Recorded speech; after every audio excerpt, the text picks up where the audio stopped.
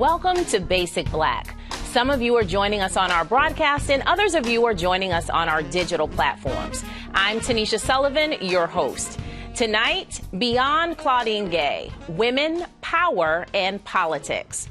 Many black and brown people in this country are familiar with the saying, you have to be twice as good in order to get a job.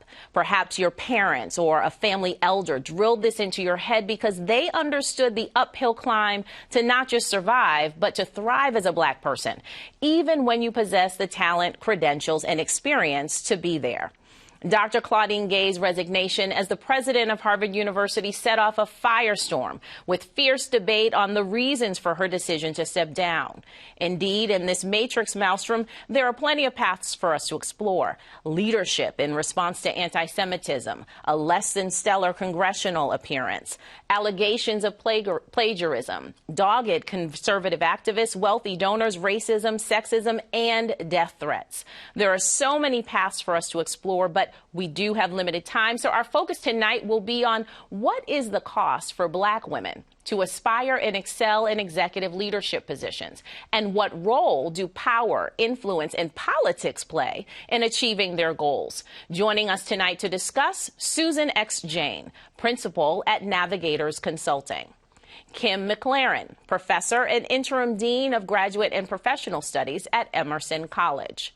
Tracy Griffith, Racial Justice Program Director for the ACLU of Massachusetts. And joining us via Zoom, Philip Martin, Senior Investigative Reporter, GBH News Center for Investigative Reporting. Welcome to you all. Thank you. I'm looking forward to a wonderful conversation. But before we get started, I just want to take a moment for each of us just to reflect on what this moment related to the resignation of Dr. Gay really says about the direction of our society, specifically as it relates to black women. Tracy. Sure. You know, this is just one more example of the attack on academia, the attack on higher ed, and the attack on black people, right? She is just the latest in a long line of well-positioned, smart, capable, hardworking people who have achieved a lot and come under fire for achieving that success. Mm-hmm. Kim. Yeah, I mean, I agree. I think it's important to keep it in context that this is bigger than Dr. Gay. This is bigger than Harvard. It's bigger than higher education, although the attack is against higher education. It's a effort to reinstate social control. And we have to be clear about that, right? And the fact that black women are so often the tool that's being used is important. And it's not just Dr. Gay. It was Nicole Hannah-Jones and Kathleen McElroy at UT Austin, right? So black women are often the fulcrum that's used. But we have to be really clear that this is bigger than her. This is bigger than higher education. This is a battle for the soul of America that's ongoing, and that the other side is determined to win. Susan. What we're seeing is that every system, whether it's academia, our political system, our economic system, thinking about the boardrooms, that black women continue to face attacks at all these levels, that these attacks are intentional and coordinated between people who consider themselves conservative activists and people who have money and power and influence. And so we have to think about how we're going to strategize together to face into those challenges this year and in the years ahead. Philip. Yeah, to all my panelists, I absolutely agree. Fellow panelists, I agree with every word that was said. This is an attack in itself on multiracial democracy. It's an attempt to push back gains, not just from 5 years ago or 10 years ago, since the civil rights movement. The assault on DEI, in this case, in the person of Claudine Gay, by conservative activists and those who don't consider themselves conservative, but are now in league with right-wing individuals. This is an attempt to push back gains made over many years, since the 1960s and 70s. So this is all very poignant. I want to go, Kim, back to what you said about kind of where we are specifically around this being a fight for the soul of our country, reflections among all relative to its impact on our democracy, a multiracial democracy. Philip, in a battle like this, a resilience, determination, to the cause and to the fight are all critically important. Did she resign too soon? Well, I mean, I don't know. I can't answer that, right? Because I know, because I've gone through it at a much lower level, that the personal attacks against her were vicious. When she said she was getting death threats and hate mail and had been called the N-word more times than she cared to remember, I believe that is absolutely true. So you cannot say on a personal level that taking herself out of that was the wrong thing to do. Why are we always expected to sacrifice in order, again, to save the soul of this country, right? Black women in particular, and black people in general, are always expected to sacrifice our health and our sanity and our safety in order to save the soul. So the fact that we have done so often is the only reason America is still standing. But I would never say that any individual had that responsibility, because that is the cost. And black women are particularly vulnerable, and we are always often the ones who are attacked the most because we are perceived as being whatever. So, yeah. Any other thoughts among the panelists on that, Tracy? Well, no one should receive death threats for doing their job, right? But we have to be careful, because oftentimes there's this idea of black women as, you know, the strong black woman, but there's a cost to that, right? And so we have to remember that we are people. Right? And we have to be able to take care of ourselves. And if Claudine Gay felt like she needed to step back to be able to preserve herself, I have no fault with that. Right. And it also wasn't her decision, let's be honest. The board forced her to step back.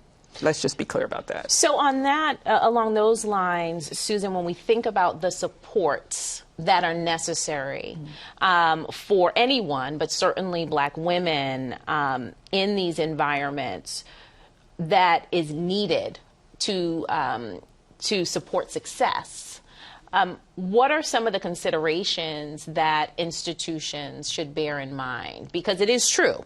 The Harvard University, the corporation board were all supportive until they were not.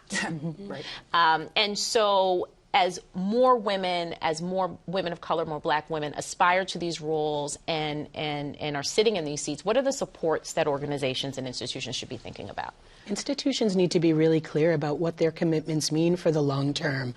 I think very often we see people put out a statement without really thinking about what will it mean for them institutionally to support that statement over the long term. That means resources, it means standing up when people are attacked, and doing that not just now or for a few months, but over the duration of their commitment to fighting racism. And so I think institutions often really focus a lot on the words that they're going to put out and not really think about the resources and the commitment that will play out over time. So they really need to be prepared to stand behind those commitments for the many years it will take for us to correct some of these wrongs. Which is really important so that we can make sure that, yes, while individuals are making personal decisions about where they want to be and how long they may want to be in these seats, that those decisions are truly theirs because they have the support systems in place that allow for them to make healthy decisions for themselves and for their families. One of the things that is, I think, also important for us to keep in mind in this conversation are the number of players that were on the field. Okay. And so we had Harvard University, we had the corporation. But Philip, what I'd love for us to talk a little bit about are some of these external players, talking about Christopher Rufo, talking about Bill Ackman. So media, as well as donors, certainly Congresswoman Stefanik, so Congress. Can you first share with us a little bit about who is Christopher Rufo, who is Bill Ackman, and how do they play into this whole... Sure. It would seem on the surface of these that there's irony in the convergence, in the collusion, if you will, among these individuals. Ostensibly, they would seem to have not a lot in common, but it's not true. They have long militated, the three individuals you mentioned, against any forms of social policy that advances people of color, but particularly DEI. Bill Ackman is a billionaire investor, a billionaire who basically went to Harvard. He had the advantage of having very wealthy parents. He has given a lot of money to Harvard. He doesn't believe that his money has been used the right way, he says. And he joined, he is also a major campaigner against anti-Semitism. But he's also in league with a fellow named Christopher Rufo. And Christopher Rufo is the person who designed a campaign against critical race theory and used it as a catch-all phrase to mean anything relating to the history and the study of institutionalized racism and those structures. Elise Stefanik, of course, is the third in line in the House of Representatives, a Republican, upstate New York. And she was the person, of course, who questioned Gay and the other two college presidents. And what's ironic about this, or seeming to be ironic, but it really isn't, is that Elise Stefanik also is the person who endorsed someone who praised Adolf Hitler explicitly last year in the 2022 campaign for seat for Congress in New York. Christopher Rufo has long militated against anything that advances, again, Black people, and led the campaign, designed it to bring down Claudine Gay. Bill Ackman endorsed all of these campaigns. So here you have someone who is campaigning vociferously against anti-Semitism, and yet he's in league with anti-Semites. In this case, Elon Musk, who has tweeted and retweeted numerous posts of those deemed explicitly anti-Semitic. So these are the three main characters involved in this successful campaign to rid Harvard University of its first Black president, Claudine Gay, who, by the way, I do not believe resigned voluntarily. I think she was obviously pressured. The corporation had essentially crumbled at that point, and she no longer had the institutional support that had been promised at the very beginning of this this campaign of faux plagiarism. The reason I say faux plagiarism is because those who were assigned to investigate it found that she had used incorrect citations and cited and quotations were in the wrong places and so on and so forth. But no one considered this to be full-fledged plagiarism. Of course, within the academy, all of this is considered problematic. And now, of course, it's come back to haunt Bill Ackman because his wife, Neri Oxman, has been accused and shown to have engaged in the same type of behavior in terms of academic writing. And that's where I want to, so right there, so let's pause right there, Philip, and kind of broaden this conversation. I think that backdrop is critically important for those who are not actively following this like many of us are, because those external influences are critically important. And when we talk about a coordinated campaign, not just about an individual in the form of Dr. Gay, but really a coordinated campaign to challenge our progress forward toward a more multiracial democracy, one that is based on certainly diversity, but inclusion. They scored bullseye here. Yes, absolutely, and Christopher Rufo crowed about it. I mean, there's no argument about what's happening here. He went in Politico and laid out explicitly what this is. So all this argument, this is all distraction about her plagiarism and all this kind of stuff. It's very clear that this is an attempt to reestablish or to maintain what bell hooks called white supremacist capitalist patriarchy, heteronormative patriarchy, right? It's about turning back, as Philip said, any advance for any people who are not in that narrow sliver, including, by the way, poor white people who are often used as a lever here, right? So we need to be very clear. And yes, they scored a bullseye because of all the distraction, because people can say she was a diversity hire and she failed. Therefore, no one who is a diversity hire, by the way, what's a diversity hire, right? How do you identify a diversity hire? By the color of their skin, presumably, right? So the reverberations are huge, not just for higher education, which needs to step up. Higher educations need to step up, but for all of American society and people of color, and particularly women. Black women and women of color are particularly vulnerable, but this is bigger than us. And Susan, we're already seeing the ripple effect of this within the private sector, within corporate America. Certainly, we've got several examples within even before this of organizations that seem to be active participants in the racial awakening of 2020, kind of dialing back on their DE&I, not just their efforts, but also their offices, and withdrawing funds of support. How do you see going into 2024 this playing out in corporate America?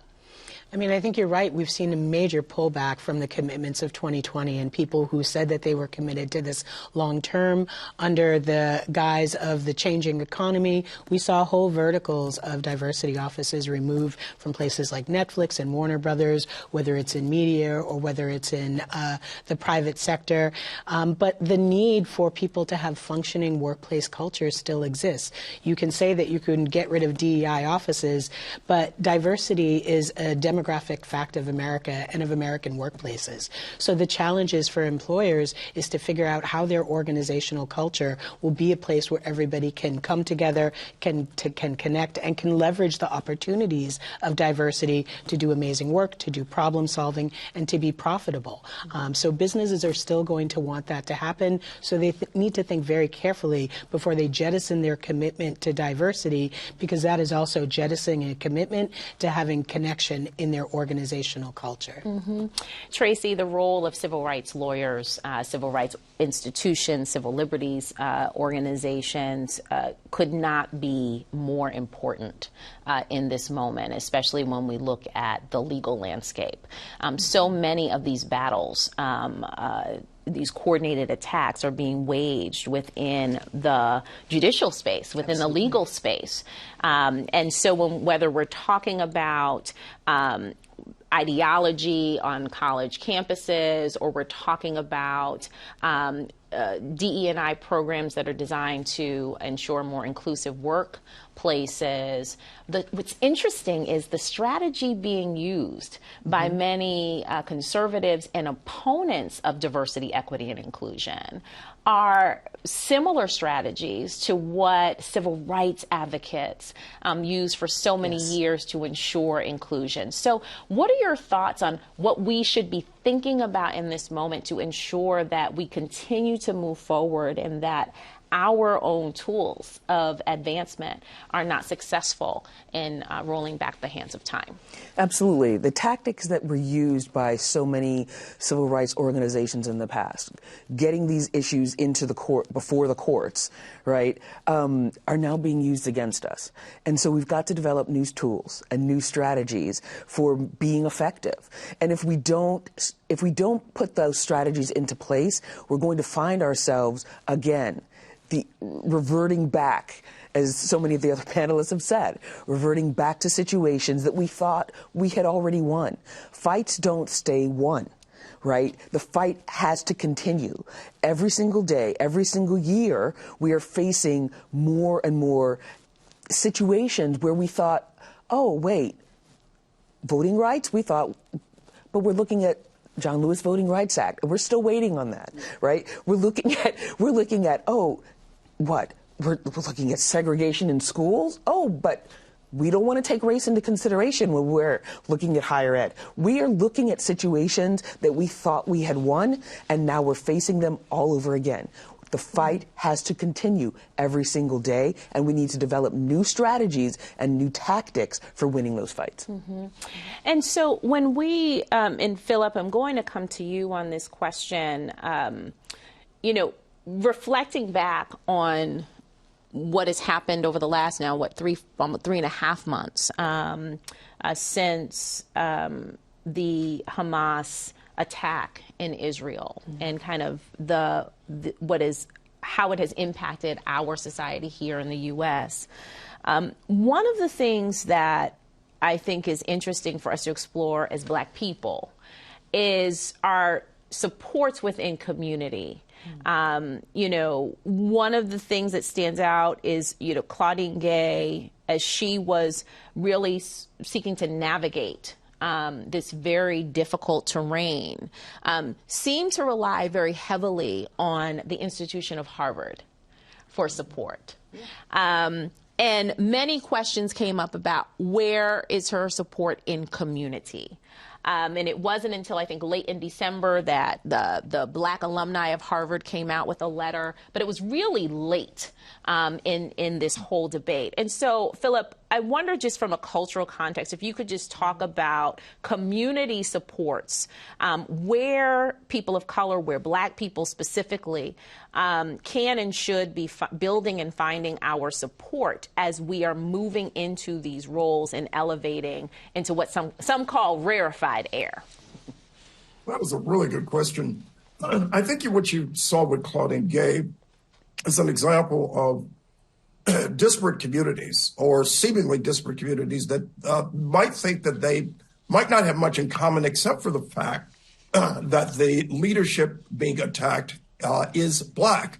In this case, Claudine Gay, a source of pride for many in many communities. But you're right, the response from Black communities was slow. You did have individual supporters, I must say, people like Khalil Gibran Muhammad at Harvard, who teaches there, who started to rally faculty and others early on. And you also had support among folks who are her colleagues in her field of study, and so on and so forth. But you did not see that. You did not see what you saw, for example, this week in New York, with Al Sharpton and others demonstrating in support of Claudine Gay. But it's a support that comes, of course, late, because and part of that demonstration, of course, was also to demonstrate against the broader and larger issues that we've been talking about here, the implications and what Claudine Gay represents. We're now at a point where those communities, of course, are now pretty much in sync. The NAACP, Reverend Al Sharpton's organizations, media have started to recognize that there is, in fact, that she does, in fact, represent something much greater than Claudine Gay, that she represents a major assault among this thing we call diversity, equity, inclusion, and access and belonging for others. And that in losing that, you also lose you lose part of what many people fought for and died for in the 1960s. Yeah. Lives were lost. Right. And so I think, if anything, you can turn poison into medicine by recognizing that this is bringing the communities together around Claudine Gay symbolically, and around what she represented, and around what could be lost if people do not coalesce now. So, Kim. Yeah, I just wanted to raise the point about power. I mean, it's not just about coalescing community; it's about power, and I think that's where progressives and the left and us often get off track. It's not about, Al Sharpton, great. He can speak all he wants, but it's about power. It's about economic power, which Bill Ackman has, right? The power of the purse, and it's about political power. And when those things are aligned against you, then it's hard. It doesn't matter how much you stand up, right? So what we need to do, you're talking about new strategies. Yes. Maybe it's some of it's going back to old strategies, focusing on the core issues. So Claudine Gay didn't lose. And by the way, let's just say, don't cry for Claudine Gay. She's going to be fine. Yes. And don't cry for Harvard, because they're going to be fine too, right? That's what I said. This is bigger than them, and we need to keep that in mind. I mean, Harvard is an elite institution that's going to be fine, but the fact that they, with all their elitism and their power, wouldn't stand up against against these forces is the problem, right? So we need to go back to the old strategies of political power, voting, working against disenfranchisement, working against gerrymandering, right? It's about power, power, power, power, power. I just want to say that one more time. Power. We need to be sure that we're shoring up power in the community and across communities as well. So after the attack of Hamas, we saw this fractions between communities that usually were working together. So we really need to make sure we're not hoping for allies, but we're depending on solidarity. Closing thought, Tracy.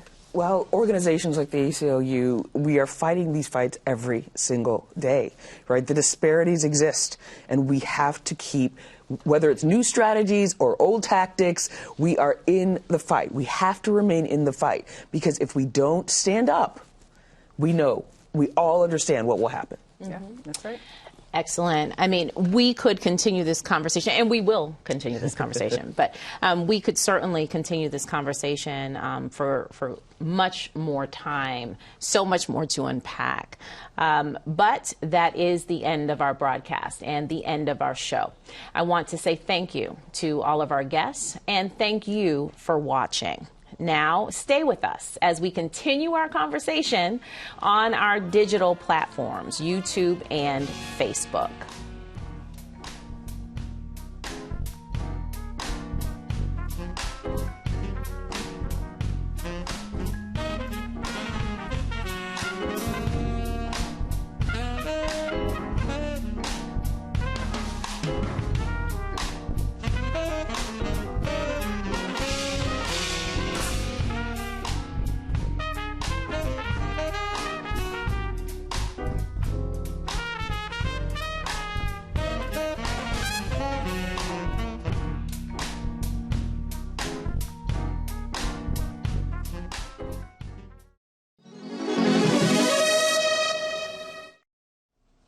I'm Tanisha Sullivan, your host. We are on YouTube and Facebook with our post show, continuing our discussion on Beyond Claudine Gay, women, power, and politics. There is so much more for us to discuss. I want to actually start with this piece around qualified. Who's qualified for what? Because in the latter days of this debate, certainly there were very targeted attacks on the qualifications of Claudine Gay. Folks saying that she just got the job because she's a black woman, never mind anything else, okay? In an evolving landscape, what does it mean to be qualified? What does it mean to be qualified for a role, a leadership role like the one she held at Harvard University? And should we be having a conversation about rethinking what qualified actually means? Susan, I'm coming to you. Listen, it's very important for people to be qualified for the jobs that they have. And we can certainly look at some people in this country that have held offices that they were most definitely not qualified to have. So qualifications is important. And I think sometimes we need to recognize that qualifications are a bit of a red herring to distract us from the real issue. She was not removed from the faculty. So she is still a qualified academic. And she was qualified to get the position, despite people's racist ideas that black women are not qualified for these jobs. But I think we have to understand this as a piece of resistance from people to say, what does it mean to be qualified? Because we can lose ourselves down a rabbit hole of trying to prove ourselves to people who are not inclined to see us as qualified, not because of our background or our acumen, but because of the color of our skin and our race. And we have to not mistake one for the other, because I think we spend a lot of energy trying to prove ourselves to people who are not interested in us proving ourselves. And so we have to be careful of following into those rhetorical rabbit holes. So how do we help the next generation? I mean, well, how do we help us, but also help the next generation? You know, because there's a natural tendency to do that, right? I mean, we all want to be successful in these spaces, but, you know, so how do we help our sisters fight against kind of that internal pull to want to be accepted, to want to be seen as qualified, and just stand in the power of our qualification? It's a really good question, but you're absolutely right. Toni Morrison said it. People have said it. Toni Morrison said the purpose of racism, the real purpose of racism, is distraction, is to keep you from getting your work done, because you're always busy trying to prove that you're qualified. So the first way to do that is to understand that. The second way is to look around. I mean, I don't understand this term imposter syndrome, because if you've been in any level of industry, business, media, and you've seen the mediocre people who are running the show. I mean, let's be honest, right? Yes, just open your eyes and look at the mediocrity that has been elevated. So there's no reason for you to have imposter syndrome, right? Do your work, keep your head, do what you need to do, and aspire to what you want to aspire to. Now, the question of whether we should be aspiring to these elite institutions is a separate question, right? But if you want to, there's no reason that you should be prevented from aspiring to that if that's what your heart desires. I think Harvard is overrated, but it's still Harvard, right? It is Harvard, and it's always going to be Harvard. But I think the way to do it is to not buy into the mythology that other people have been elevated because of their qualifications and their capabilities. And all you have to do is open your eyes and see that that is not the case. So don't let them, don't let them tear you down. Tracy? In terms of how we fortify ourselves and prepare ourselves to enter this space, right? If that's our goal, I say go for it, right? I am a big fan of sister circles, right? I mean, there's a lot of power, right? Yes. In this room, Yes. Right? There's a lot of power among our sisters. And if we are together, if we support each other, if we are fortifying each other, if we are talking and sharing and just being in space, in communion with each other, I think that adds a lot to us, right? Yes. And it makes us stronger. Yes, that's a really good point. You can't do it alone. No. You cannot do it alone. And I think some of us sometimes forget that. You have to, and that part about Philip saying a community is really internal. In order just to survive, you have to have that backing, you have to have that community, and you have to have that ear that's telling you when you start doubting, no, that's not real. Exactly. That's what racism is doing to you. Yes. Don't believe it. Yes. Absolutely. And so Philip, as we, historically, Black women have been on the front lines. We are just the caregivers, the supporters, the backbone of our community. How do you think, or what do you think about the role of Black men in a moment like this, as it relates to just support for Black women? I'm still thinking about Khalil Gibran Muhammad, who I interviewed for this story about Claudine Gay, and was very impressed with not just his willingness. A number of people we contacted were unwilling to talk to journalists about Claudine Gay. They were, I think, afraid of being seen in some controversial light. But he was out there, and there were others, many others, who basically came out in support of, again, not just Claudine Gay, but in support of institutions of support for Black people and Black women, such as DEI. So on and so forth. And so I think it's really important that Black men definitely stand in support of anyone who is aggrieved, but particularly Black women, because there is always an attempt to create this fragmentation. You found Black voices out there that were easy to find, who said, yeah, this is about qualifications and so on and so forth. I'm thinking about John McWhorter, who's wrote a piece, an op-ed piece saying this had nothing to do with Claudine Gay's Claudine Gay's race, and it was about qualifications, and she wasn't ready for prime time. Well, that's nonsense. You have to have. She is a very accomplished scholar. Let's put that out there right now. Very accomplished. She won the dissertation.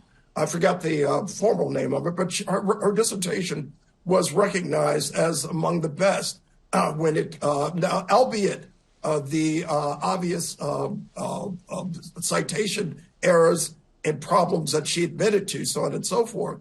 This is a very qualified individual, and we have to echo that. We have to buttress that. We have to give support to individuals like Claudine Gay, but others, down from the child in kindergarten to those in 12th grade, to those in to those in college, to anyone who needs support.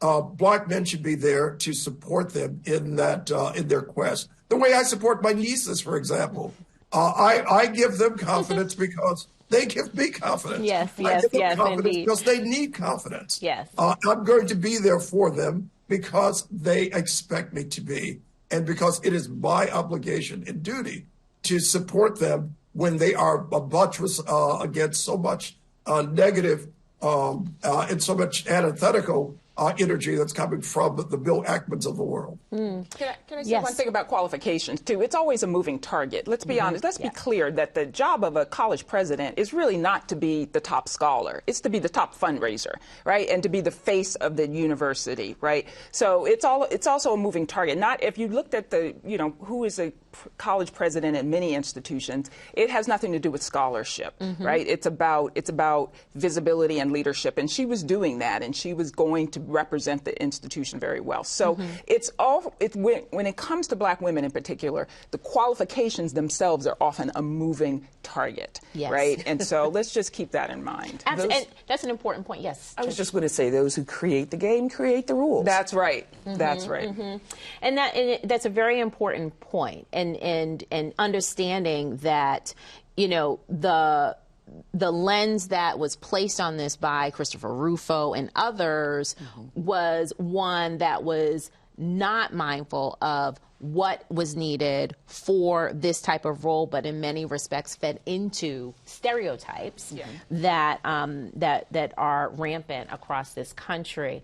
I'm curious for us to talk a little bit about, I want to go back to black community, because some of the conversations I've been a part of, what's come up is, Claudine Gay's identification as the daughter of Haitian immigrants, and really leaning into her being from an immigrant family and not necessarily making a connection to Black American experience. And I raise that because I'd love for us to talk a little bit about your thoughts on how that may have played into how this whole situation has evolved. Any thoughts on that? Susan. Yeah, I would say that we have to be careful, because the us and them isn't just between us and people that would uphold white supremacy. Sometimes that us and them comes into the community, and it's us versus us. And we have to be really careful about that, because we see that lack of support can make us feel like we're on a slippery slope very quickly. And when you come into this environment, whether you are the child of immigrants or many generations deep in America, you are dealing with the same system of white supremacy. So we have to be very careful to not let their tool of divide and conquer come into our community and break up our support for each other. That's absolutely right. The master's tools will never dismantle the master's house. And that's unfortunate. That's a reality in Boston in particular. We know that, where the communities of color are often separate, and there is sometimes, I will say, honestly, a feeling among many immigrants that they don't want to be associated with the African American experience, right? And then we get defensive, like, well, we created this country, so y'all can come here, right? So and it is, we have to keep in mind that it is all used to divide us. And so I do think it's unfortunate that she didn't lean into blackness, quite frankly, more. Blackness writ large, right? Which is not to say that she shouldn't be proud of being the child of Haitian immigrants, but I think that did play a part of it, and that's truth, and we do have to be careful about that. Yeah. Philip? Actually, I'm not sure if it's true that she emphasized her Haitian roots, but I'm not sure if that would have represented a contradiction of any sort. I think that there was a general pride that the first president of Harvard University, who was a black woman, was Claudine Gay, who happened to be Haitian. But I think that her blackness, is what generated the pride amongst communities across the United States, whether they be Haitian, Cape Verdean, whether they be Jamaican, or folks whose immediate roots were in this country. I'm not sure if I saw that that division. Obviously, it's there as Kim pointed out, oftentimes on a daily basis. But in her person, I think there was a broad acceptance that this was a moment of pride. The problem became, of course, when this whole situation crumbled, when her presidency ended 6 months after it began. You did not see the community support, the same kind of support that embraced her when she became president, did not seem to be there when she on her last day in office. But I think that, again, I don't think it's too late. I think that this is a moment that people recognize it's important, and I think they're responding to it. I think Kim made a very important point about power and recognition that this is about the attempt to take away power that has been gained over the years by Black people, and it could be taken away in a minute by eradicating the pillars of support within Black communities that lead to people like ascending the ladder, like Claudine Gay. So as we close out this segment, Tracy, again, you get the last word again. You're going to closing us out, really just reflecting on kind of looking forward. Actually, not a reflection, a looking forward. How would you close us out on this segment, thinking about Black women, power, influence, politics? Right. It's really about banding together, maintaining those relationships that we know have supported us over the years, right? Focusing on the issues and not being distracted, right? And making sure that we fortify ourselves for what's coming, because we know that this year is going to be a trying year. And so we need to be aware and ready. Yes. And so, and aware and ready to take action. You know, I think every time we're together, whenever we have the opportunity to come together, we should remind ourselves, to your point, Tracy, this is a big year, and civic engagement is critically important. Absolutely. In making sure that we're in our communities, helping to ensure that folks understand the issues and the implications of those issues on our daily lives. So much more to come. I am hopeful that 2024 will be a year of great power, influence for Black women, for the Black community and communities of color as a whole.